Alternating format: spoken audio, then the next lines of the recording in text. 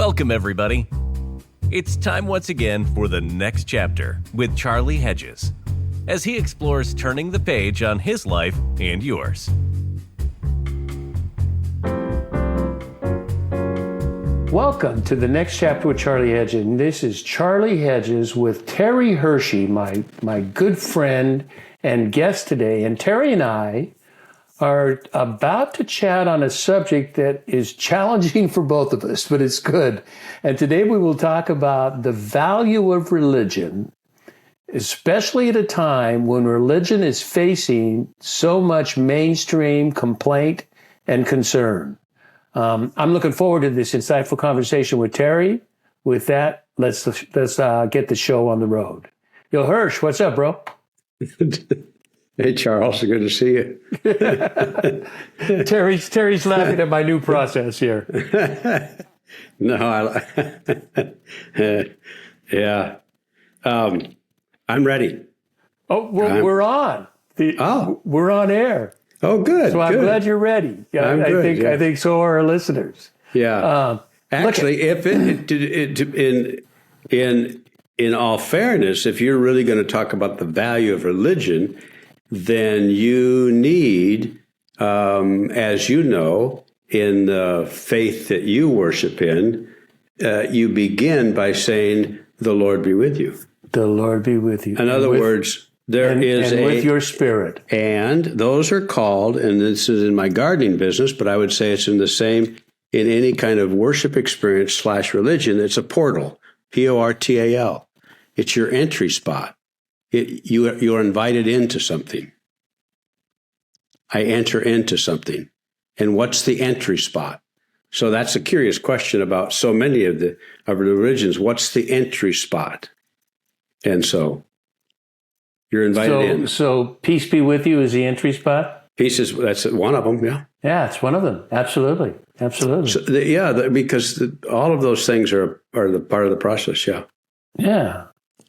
So look at today, as I was pondering this, today will be an interesting turn for you and me regarding the value of religion, because over the years, we have become a bit cynical on the kind of religion that propagates values and sometimes false views of personal and social behaviors. So before we get into the value of religion, I think it's good for you to get it off your chest and me to get it off my chest.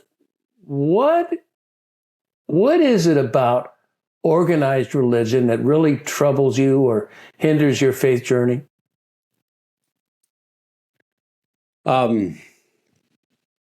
If the religion, if one of the reasons I enter into the religion is I need some sort of security, and by security, that means I'm running from something, and that's not necessarily bad that you're running from something. But if the place I'm entering into, and this is not just the religion itself, okay, but this is the God or whoever you attach to the religion. I mean, right. The religions in the United States mostly would be attached to a God, right. Not necessarily in other parts of the world, but right. But whatever you attach that to, if the attachment to your religion or whoever your religion is attached to, and the religion makes you smaller and makes the world smaller, then it's detrimental. And it does a disservice to the God you've attached the religion to. That is brilliant. Yeah, that is such a fine, concise answer to what troubles you about religion. It makes you smaller. And if it makes you smaller, think of what comes out of you. This is the God that I was raised with, was literally, I was raised in a Christian church, a fundamentalist religion. And did they have, you're going to talk about community, I'm sure, the necessity of community. Yes. Did we go to the potlucks and we could talk to each other and chat and we could be with there and for each other when somebody was sick? Amen. Yes. But the God of that religion. This is about taking the left turn. These are these religions. The God of that religion was no different than an alcoholic father. He was always pissed off. So that takes me back to the thing. In other words, it made me smaller. All I did was do this whenever I saw that God. It frightened me. And if that's what the religion does, then it makes the choices I make smaller. And I don't see what I am or who I am. And then I'm not able to give from that space. I've lost my capacity to give what is there. Now, if the God or the attachment makes you bigger, then all of a sudden you're asking different questions. What can I give you? How are we connected? What difference can I make? Those are different questions now. Yeah, and I truly get the idea of the religion making you smaller. Because the rules and dogmas and all, they're so concerned about building up God, building up the character, the nature of God, that there is something in the human way. We don't know how to do that without disparaging something else. One thing can't grow unless the other thing, unless another thing diminishes. Yeah, and that's not the fault of religion per se. That's what we take into it. In other words, am I going to enter into the portal of this space so that it makes me bigger and my world bigger, or am I going to do it in another way? And so very often we don't get a chance to ask that question because we're so driven by because very often we're drawn to things out of our own need and insecurity. And so sometimes we don't even see the bigger side of it. Yeah. I'm really resonating with smaller and bigger, but those words seem almost incomplete to me. And that because rather than bigger, what word I like instead is good religion, or religion well done, or the faith well done. Doesn't always make me bigger, but it makes me whole. Yeah, well, yeah. There's no doubt that you are in your own skin. Yeah, because I do the difference between sufficiency and scarcity. So back to your wholeness thing. Wholeness means there's a sufficiency already in you and in us. There's a sufficiency. Right. If there's a scarcity, I'm still seeking it, searching it, and I'm not going to get it from this God, but that's okay. I'll keep looking. Yeah. Yeah. And God and the nature of God is so intertwined and confused by the portrait that certain organized religions paint of God. Right. It's not a charming portrait. That's what you call a nice way to put it. Well, I'm on a show.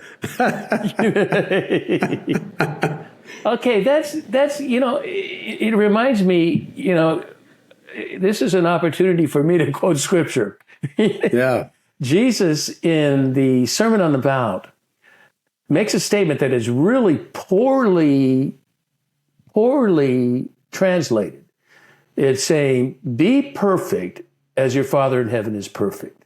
Well, that is just perfect is just a terrible translation for the Greek word teleos, which is purpose, goal. So what Jesus is saying, be complete, be whole, as your Father in heaven is whole and complete. Yes, and the thing about that, as long as in our culture, the mentality is that, and back to the word perfect, is we ascribe to the fact that we're still scarcity, so I'm not who I should be, and therefore I need to attain something, so there's an attainment part of it. And to your point, is that I'm invited into that religion with that God, where there's a sufficiency already inside of me. Are there a lot of weaknesses? Boatload. A lot of dark spaces? Yepers. But in other words, those are still loved and make up the whole Terry. In other words, I befriend them. So I like to use the word befriend. I can befriend me, befriend you, be gentle with yourself as God has befriended himself and is gentle. Yes, that's what I would say. Be gentle with yourself as God is gentle with you. Yeah. Now that assumes that we understand God is gentle. I would say have you ever created something, made something, and held it in your hand? And I know you have. You've done it with paintings and you've done it with other stuff. And you see an artist when they hold that with such awe, and I call it gentleness. That's beautiful.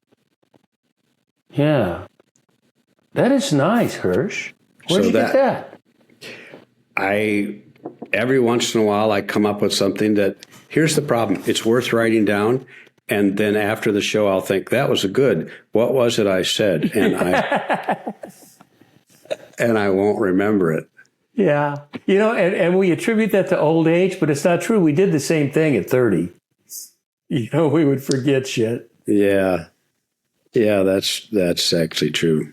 So let's take a look. I'd love to say the book that I'm recommending I've read, but I have not read because I just got word that it existed. So I did my new routine now. So instead of reading the book, I went on my AI and did the book and asked AI to give me a summary of it. It was brilliant. It was so good. Who needs to read the book? When you got AI summaries. Wow. But this is a really good book. It's written by a guy, Ross Douthat. I'm not sure how you pronounce his name, but the title of the book is "Believe Why Everyone Should Be Religious." And this is, so here, let me read this little thing that AI wrote for me. Overall, Ross argues that religion provides a variety of benefits for individuals and for society as a whole. And these benefits are increasingly important as that is becoming more, that the world is becoming more secular and individualistic. And, you can't get more individualistic than me, and I have to battle with that. But just to get us on the road here, you're familiar with the author. You have light familiarity with him. Tell me what you know of Ross Douthat. Just that he, well, you know how we use words conservative and liberal or progressive in terms of the way we frame our world, politics and stuff. And he's a conservative. And let me put it this way, in the good sense. In other words, he frames political issues from the conservative side of point of view as opposed to the progressive point of view. But the thing about good political analysts, whichever side they're on, is that they're open for exploration and they're open for dialogue. And he is that. He is very open to that kind of thing. And so much of his writing is not meant to convert you. And these are good political analysts to me. They're not meant to convert you, although they wouldn't mind you understanding their point of view, but they're meant to engage you. In other words, have the conversation. And that's so, gosh, I don't want to get on too much of a sidetrack, but that is so important in media. That's why I'm so in love with Barry Weiss and the Free Press and her podcast. Honestly,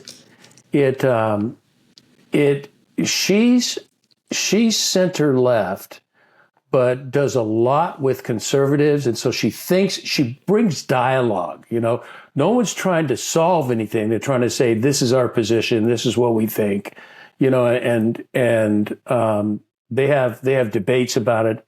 It's just brilliant, and as opposed to what I find with both Fox and CNN as well, that there's less news telling than there is evangelism. They're trying to bring people, Fox especially, trying to bring people over to their cause. But I notice a lot of it in CNN as well, because I do try to keep up on CNN. But, it gets, we've got these almost religious doctrines in our politics that now you can't just report the news. You've got to convince people why you're better than others, or why your belief is better than others. Is that what you're asking me to do now? Is to convince you why my belief is better than yours? It wouldn't take much convincing, Hirsch, because you and I have been in the same trench for a while. But I would like us to take a look at the other side and take a look at what does good religion, what can it bring to the table? Because it really can bring to the table. I mean, it's existed for thousands of years. And it's brought benefit to the society. And what I'd like to do is, I don't think this is necessarily a long show, but there's 6 points or 5 points, I believe, that Dutha presents in his book Believe, and he says there are 5 advantages to religion included, and I'll name them, and then we're going to discuss them. The first on the list, it's not the most important, but it's just the first on the list, is religion offers meaning and purpose, offers community and belonging, offers moral guidance, spiritual growth, and, interesting, social stability. And, when then a religion is doing her job, when she can address those issues, then I can see value to religion. Do you agree that if they're doing that, there's value? Yeah, that's a good way to say it. Doing their job. I agree. Yeah, I agree. Because the question is, what choices do we make in the religion that enhance these, that reinforce these? That's a big deal. Yeah, and unfortunately, I'm not sure that religions actually take note of this and try to do this rather than. Well, we are. I mean, if you're going to do history, world history, more people have been killed by religious faith than any other people. Probably. Yeah. And they've killed other religious people. They haven't killed anti-religious people. They've killed other religious people. Yeah. Talk about gross insecurity and. Anyway, the other thing about Russ that you're talking about is one of his. I don't know, guru is the wrong word, but he loves C.S. Lewis. In other words, he reads some of the same people that you and I would love and have loved to read. And so C.S. Lewis, he would comment on all the 5 things you just mentioned. He would have a comment about all those. A positive comment. Yeah, exactly. In other words, how to reinforce those. Yeah. And that's value. So let's kind of talk about that. And and we're going to take religion at the core of what it's meant to be, because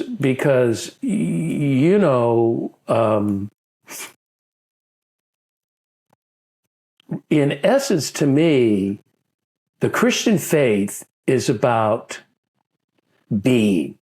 It's about a way of being, a lifestyle, a passion, and a demonstrating the love from the divine, demonstrating that on a practical human level in as many ways as we possibly can. And so the first thing that again, it's not number 1, but it's the first on his list.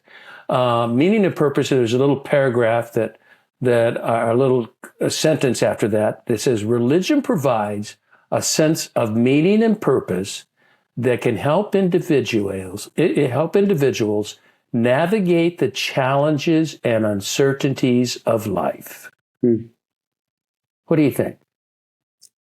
I actually like the verb navigate because, I mean, all of us are navigating the uncertainties regardless of whether we're religious or not. You're navigating it because if you're making choices, you're navigating. Now, a lot of people aren't necessarily making choices. They're actually reacting to the uncertainty rather than navigating it. But we're all doing it in some way or another. And he's actually giving you something to tether yourself to, so you're making choices in the navigation, which is what I find beneficial in religion. Tell me why you're navigating that way, that your religion gives you a place to tether that. And the benefit of that is that you're not, your primary source of motion is not reaction. You're not reactive. And you're proactive. And that is very common. Here I want you to talk about the positives and I'm bringing up the negatives. But that is so much a way of the church is reactionary, or the way of religion. It's reactionary. And so what's interesting is because part of if you want to be the meaning of all those five things is to stand in front of churches that have abused these things, and you want to just say, "Do you have any idea what you've got?" Yeah. Do you have any idea what you've got and the capacity for what you've got? Yeah. Love it. So, what do you think? What kind of meaning and purpose can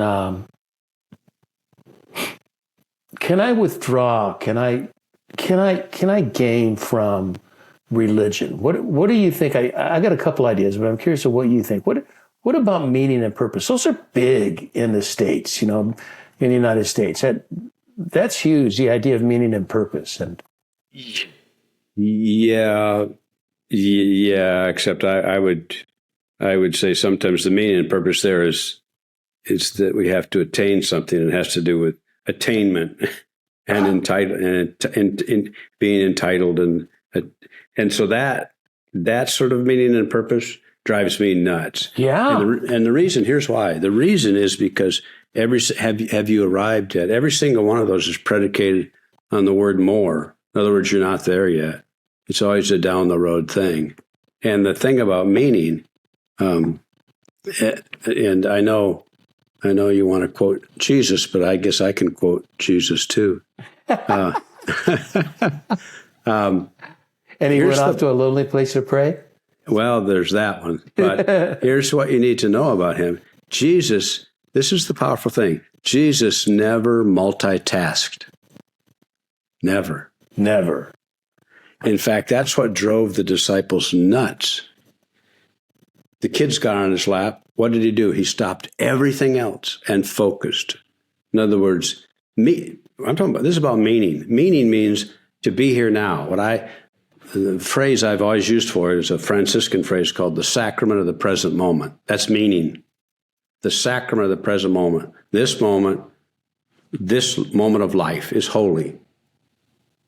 And Jesus stopped what he was doing. Boom. Now, that's what I would like a religion to do for me.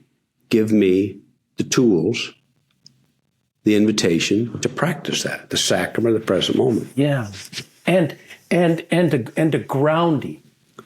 Like you said, when you use the verb tethered, I like that too. To what are you tethered? Yeah. And the thing about the religion that I'm involved in, hopefully, ideally, I'm to be tethered to love. That is my tethering. That's the only thing I can tether myself to, for sure. Yeah, I mean, yeah. I mean, now you're talking, and so the invitation to that is, it's to see. One of the things I would like to do in people who are invited into the secular religion is not just simply for them to state whatever the top 10 beliefs are, I mean, that's an easy thing to say once you've learned them, but I would rather have them name that list of where you're tethered. In other words, because that has to do with the choices I make in daily living. Yeah, and that's the question. I love that. Where are they tethered? Because that impacts the choices that I make. 100%. And my, you know me and choice. I believe life. That's all life is one choice after another. Mm-hmm. And we're making decisions based on that. Mm-hmm. Yeah, I love that. So it's so. You're going even in meaning and purpose. You can tell what drives you, what drives Terry, is it is sort of a wholeness, a completeness. And if I'm tethering to something, and I consider that something to which I'm tethered is divine, is otherworldly, is the source. For me, it's a source, a creation source. That gives me a lot to go on. And that's why I study deeply. I study the nature of God. And you know how much work I'm trying to write a book on it right now. Did I send you notes on that? Yeah. Oh, good. But the thing is that actually and you said the world otherworldly. The irony is the very people that you admire deeply in the Christian religion are the mystics, the people with the mystics. And mystics actually, tethered was such a perfect word for mystics because they live every moment tethered to the sacred in this worldly. I mean, this moment. Absolutely. I mean, they are absorbed into this. So they're present here. They're unbelievably present. Yeah. Their theology is a little complicated in that, yes, it's all about, I'm thinking of Teresa of Avila. Yeah. And we're talking about the mystics, So no, but I'm just saying, yeah. But that's, yeah. But what? Yeah, keep going though. Yeah, she was talking about serving and praying. Right. And her nuns would take it that the more important effort is praying. That's where because that's what the mystics are known for, is that intimate communication and intimate relationship with the divine. But Teresa says, but if your sister is in her cell in need, then I suggest you get up off your knees in prayer and you go in and you serve your sister. You serve God that is present to you right now.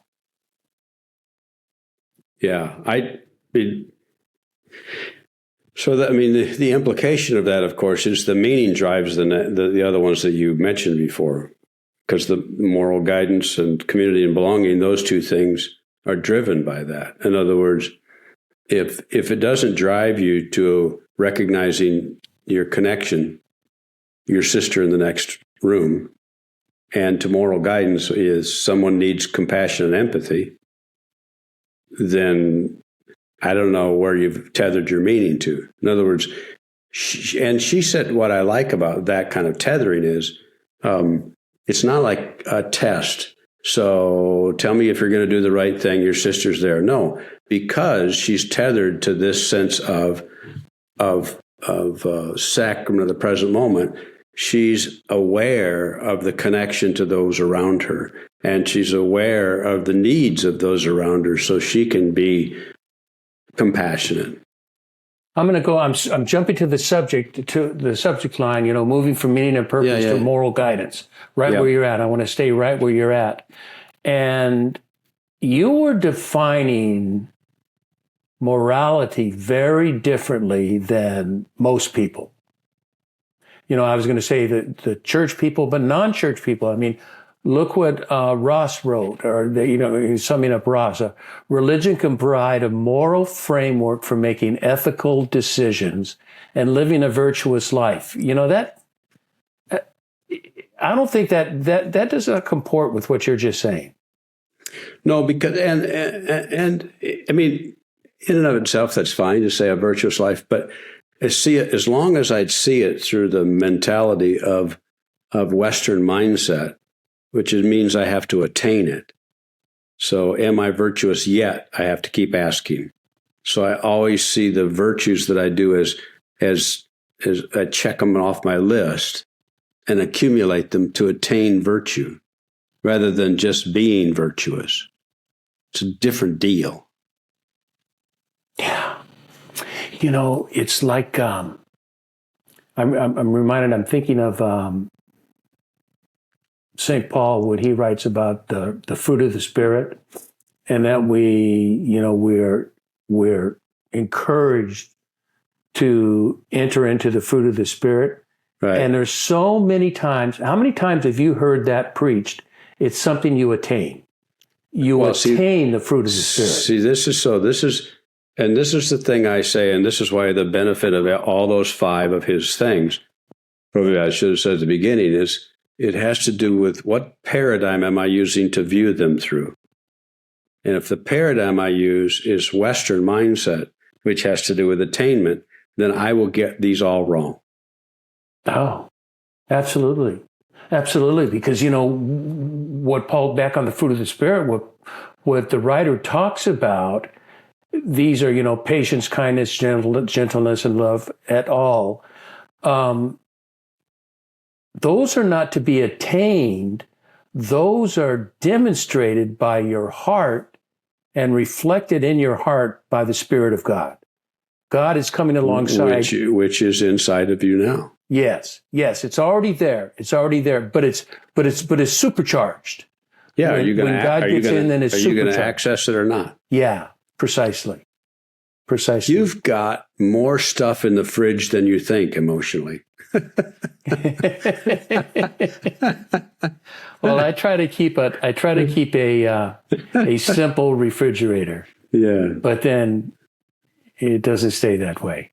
Yeah. So let's just for a sec, let's just kind of go down this path on morality, and then we'll take a break.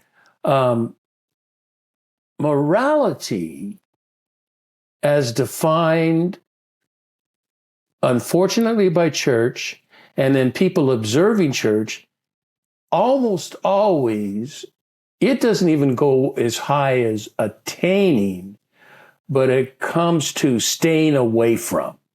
It comes to, what do you stay away from? Like, number 1, stay away from is sex. Oh, anything that's sexual is immoral. Right. I mean. Yeah. And that's not what we're, we don't have to get on that so much, but that's not what we're talking about. I saw a post the other day. Someone said it was, man, I was watching I don't know whose podcast it was, but it was great. It was all these unbelievably, wonderfully exciting things to do. This was the best. And then I realized it was a TV preacher and they were listing sins. That is so cool. That was, a friend of mine was raised in a conservative environment, and he was preacher of a large church, a few thousand people. And he said, because he too was raised in a very conservative upbringing. Yeah. And he said, at some point I realized all the things I wasn't supposed to do are my goals in life. Yeah, exactly. Okay, we're going to move on, but before we do that, let's take a quick break, and then we'll come back.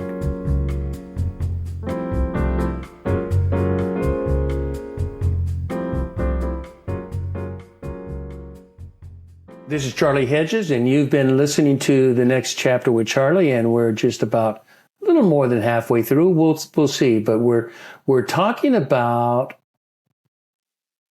I almost want to call them hidden values of religion. That religion has taken such a bad hit over the last especially decade, but longer than that. But the last decade have been brutal, and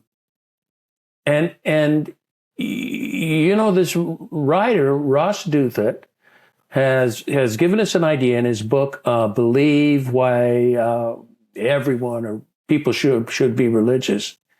And we just talked about meaning and purpose and moral guidance. Here's one that I know is very strong in your mind. And that another aspect is community and belonging. That religion is a great enforcer of community or prophet, preacher, screaming for community and belonging.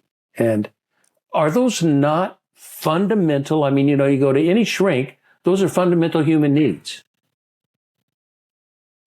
They are the most basic of almost all human needs, is it not? Belonging, being accepted, being cared for, and then the community, having a community that you serve the community and the community serves you. I'm thinking of Richard Rohr's group, the CAC, Center of Action and Contemplation. They're very into social restoration and into bringing up the poor and the disenfranchised. Unfortunately, that's not as common as I would like to see in religion, but that is what value a religion can bring. I think of what Rohr's group brings, and it brings valuable religion. And Richard is not a big fan of religion anyway, but he understands the value. What does community and belonging mean to you? Well, it starts with the premise that no one of us is on the journey alone. We are already inextricably connected. And so that's just a given. We watch several species of animals live that out to the fullest. And our species of animal kind of detaches themselves from that.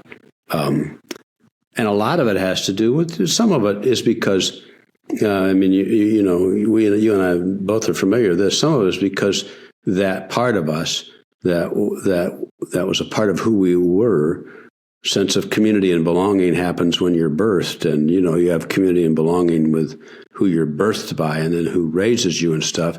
But those don't always turn out very well for a lot of people. And so, you think? Yeah.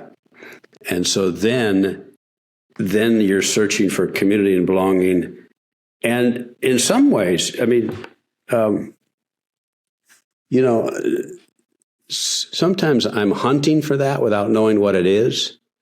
And so my recommendation, when I'm talking to people who feel disconnected, lonely, alone, they don't have this stuff. We talk about places where that it has been true in their life. And sometimes we realize we've had it more often than we thought or knew in good ways.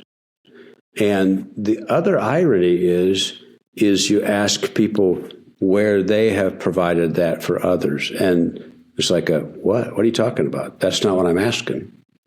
And you realize the irony is that when I'm offering you a cup of coffee, it takes care of my loneliness too. Absolutely. I'm not waiting for you to come over here and give me coffee. Yeah. Although I've been waiting for quite some time, Well, you don't usually ask me for coffee. I try to but the thing is, supply your beverages. It's an interesting thing that we don't, is once I see if I'm tethered to the reality that we're connected, then there are choices that I make because of that tethering. It's a powerful thing. Yeah. That's. Oh, See, gosh. I'll give you. There's a great story about and I forget where it was. It was one of the wars in Eastern Europe, not a current one, but not too long ago history, and there's a guy carrying a really wounded, bloodied child, and says to another guy who has a car, "You have a car? Help me! Help me! Help me! We've got to get him to a hospital. Got to get him to a hospital." And they drive fast. They get to the hospital. The boy's they're bloodied, but he's still alive. And then they're both in the bathroom washing their hands because they've got dirt and blood on their hands. And the man who was carrying the boy says to him, it's going to be a hard day because I have to go tell his father what happened to his son. And the driver's going, wait a minute, that wasn't your son? And the man said, aren't they all our children? Beautiful. See, that's community and belonging. Aren't they all our children? I'm thinking of, I'm thinking of when I wasn't a churched person until I was 30. Yes, I know that. And so I had, I didn't have a lot of baggage coming in, Correct. That's true. And so I didn't know I was looking for community, but that is one of the things I really liked about the place that I was attending. Is I liked the community.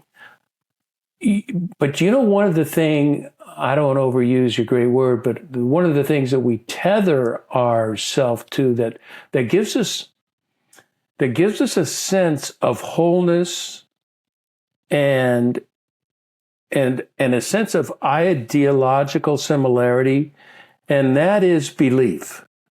And that is believing that there is a divine source that is not making me smaller, but the divine source, the goal of the divine source is making me whole.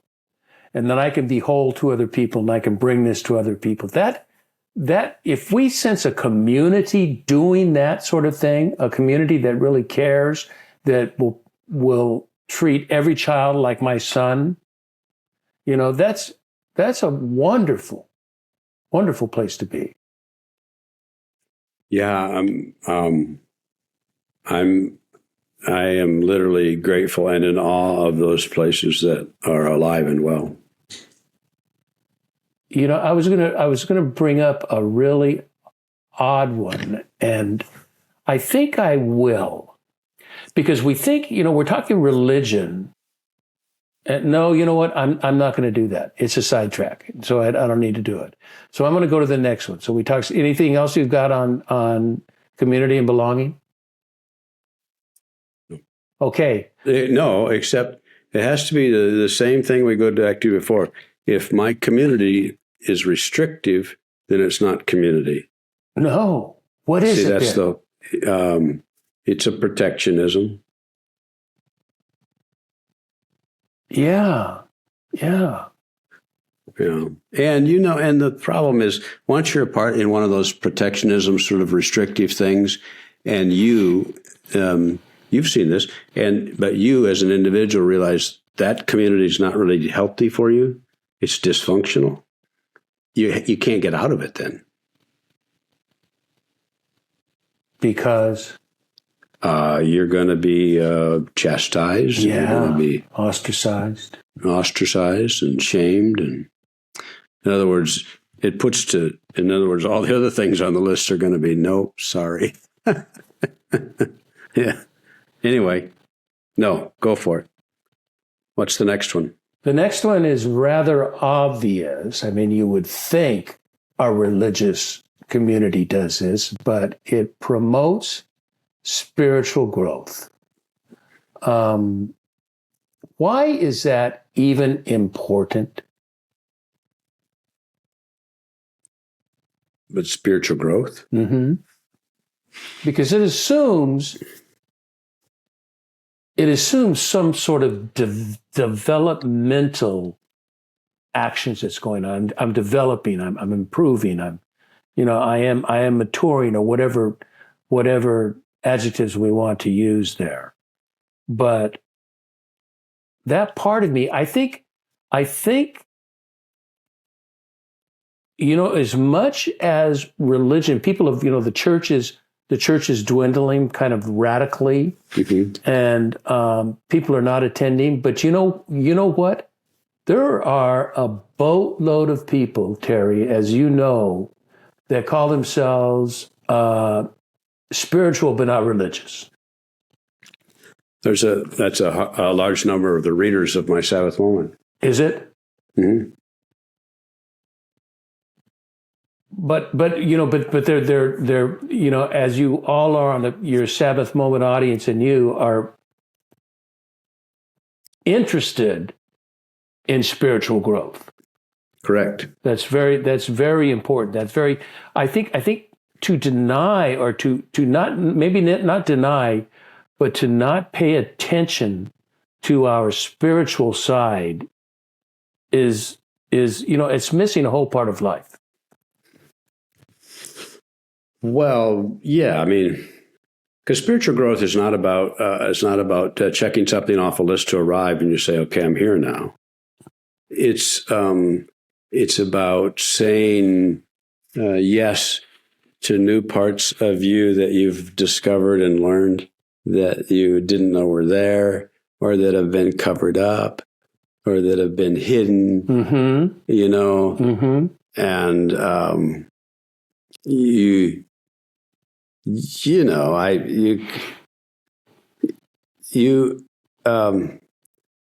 you, for example, you're reading for the first time in your life, you're reading some mystics, and it does something to you, not only to your spirit, it does something to your faith, it does something to your inner well-being. They're all good things. So spiritual growth. And the powerful thing about all of that is you weren't aware that you had that inside of you. So spiritual growth is just an opening. It's like a little door or window that's open to a part of you that's been alive and well, but it's in there. But that's what the great thing about growth is. Every single part of that is in the plant. It's in the plant. But in the process of the growing process, you get to see new parts of it, which is extraordinary. That's the gift. And the response to that is, okay, good. I've achieved that part of my spiritual growth. No, it's not about achievement. It's like when I love to cook. It's like when you're cooking a meal you've never cooked before, and you've tried different ingredients you've never tried before, and you're not only in awe of it, you're just savoring every bit of the moment. You're completely present, And so that's growth as a cook. It's the same in spiritual growth, to me, is it gives you something else to savor that you didn't savor before. See, I see it differently than a lot of people see spiritual growth as some sort of attainment that they have, that they believe better, or they believe more, or they're able to make choices. See, I think it's, I'm talking out loud while I'm doing the spiritual growth thing, because the paradigm of the metric thing always drives me nuts. Yeah, but I was just thinking about that, Hershey. How do you get away from it? I mean, how do you, when you're talking about growth, I mean, the very word sort of demands some sort of scale by which to measure, am I growing? Am I going from A to B? Am I moving that direction? No, okay. The measurement is simply, is it healthy growth or unhealthy growth? That's the measurement.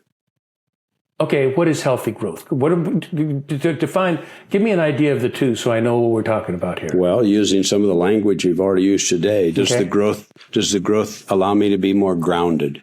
That's healthy growth. Does it give me permission to serve? Healthy growth. Yeah. Does it connect me to other members of the community? Healthy growth. So, but there is, okay, so it's healthy growth. Mm-hmm. But if I'm looking for connection, I'm looking for service, I have some of that already in me. I just want to expand my vocabulary, expand my reach. So I just want to make it bigger, broader, more meaningful to me. So there doesn't have to be attainment factors in there. Although, what do you call it when you grow and you are someplace where you are not, that you weren't before, but you like where you are now, that there has been this change? What do you call that if not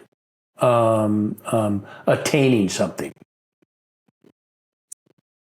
What do you call it? Yeah.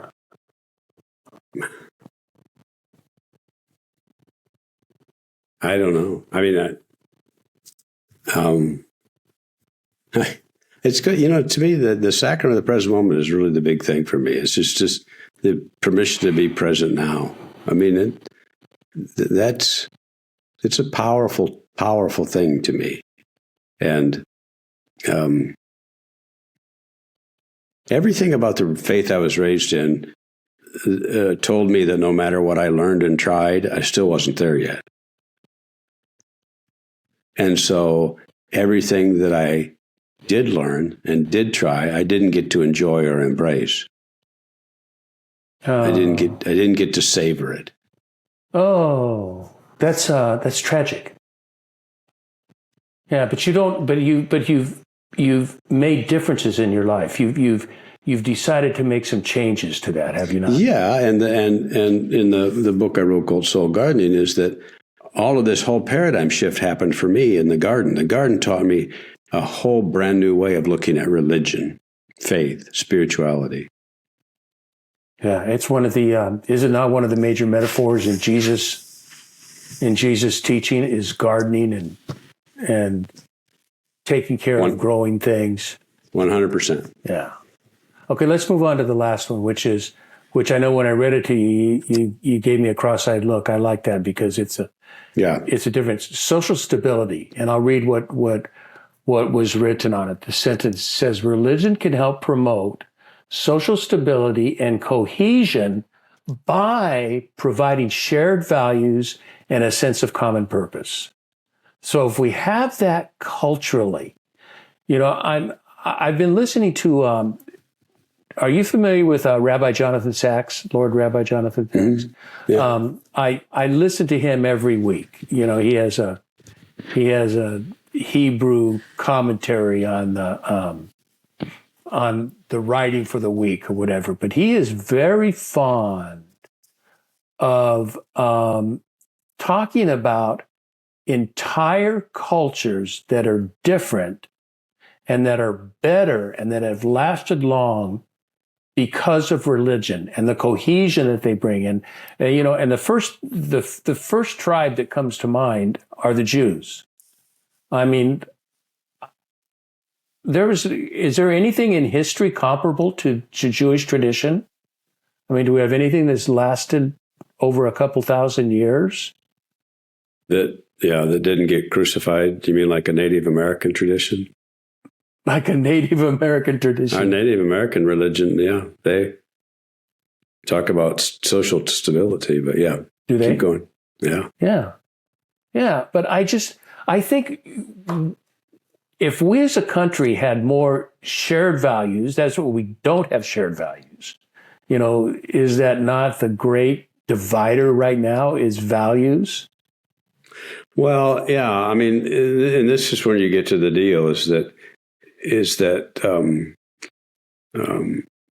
if my faith, my religion, if it's just mine and it's all then it's restrictive, and then it's about if you don't accept what we have, you're out.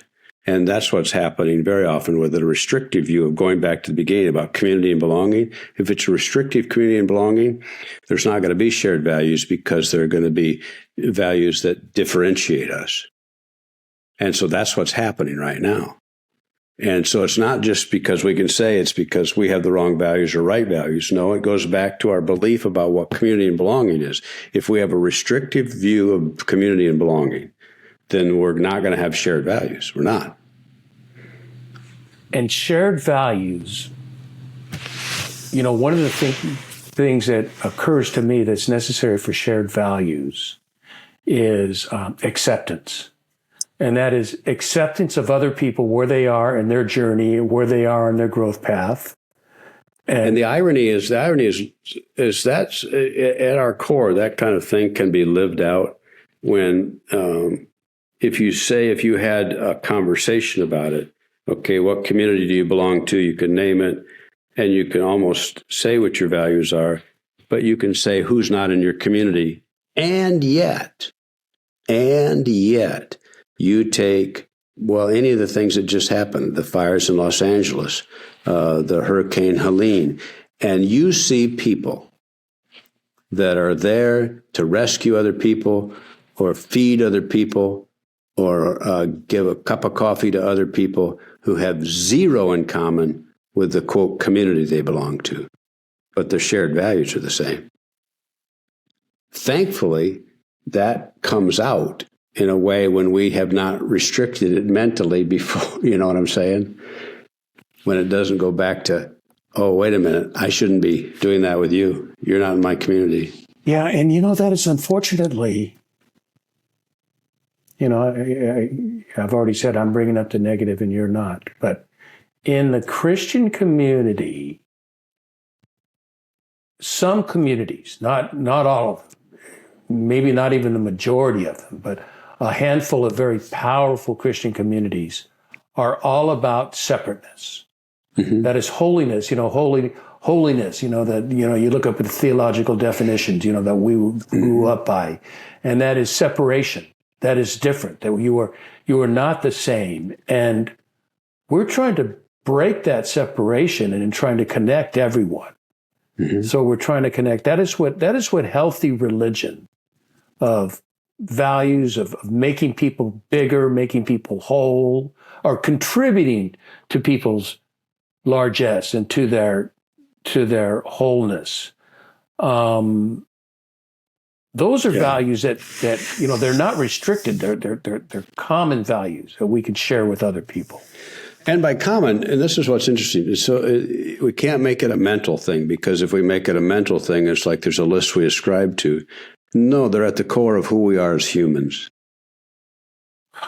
So as soon as I have to make a list, an application to be a part of this club, I move it from it's already at the core, but now I move it here, and then I have to sort of parse it. Yeah. And then it becomes about the list. Exactly. It becomes about the list. And then, as you so rightly point out in your lectures, it's more about checking off the list, Yeah, but I won an award in my church for best caregiver, so there you go.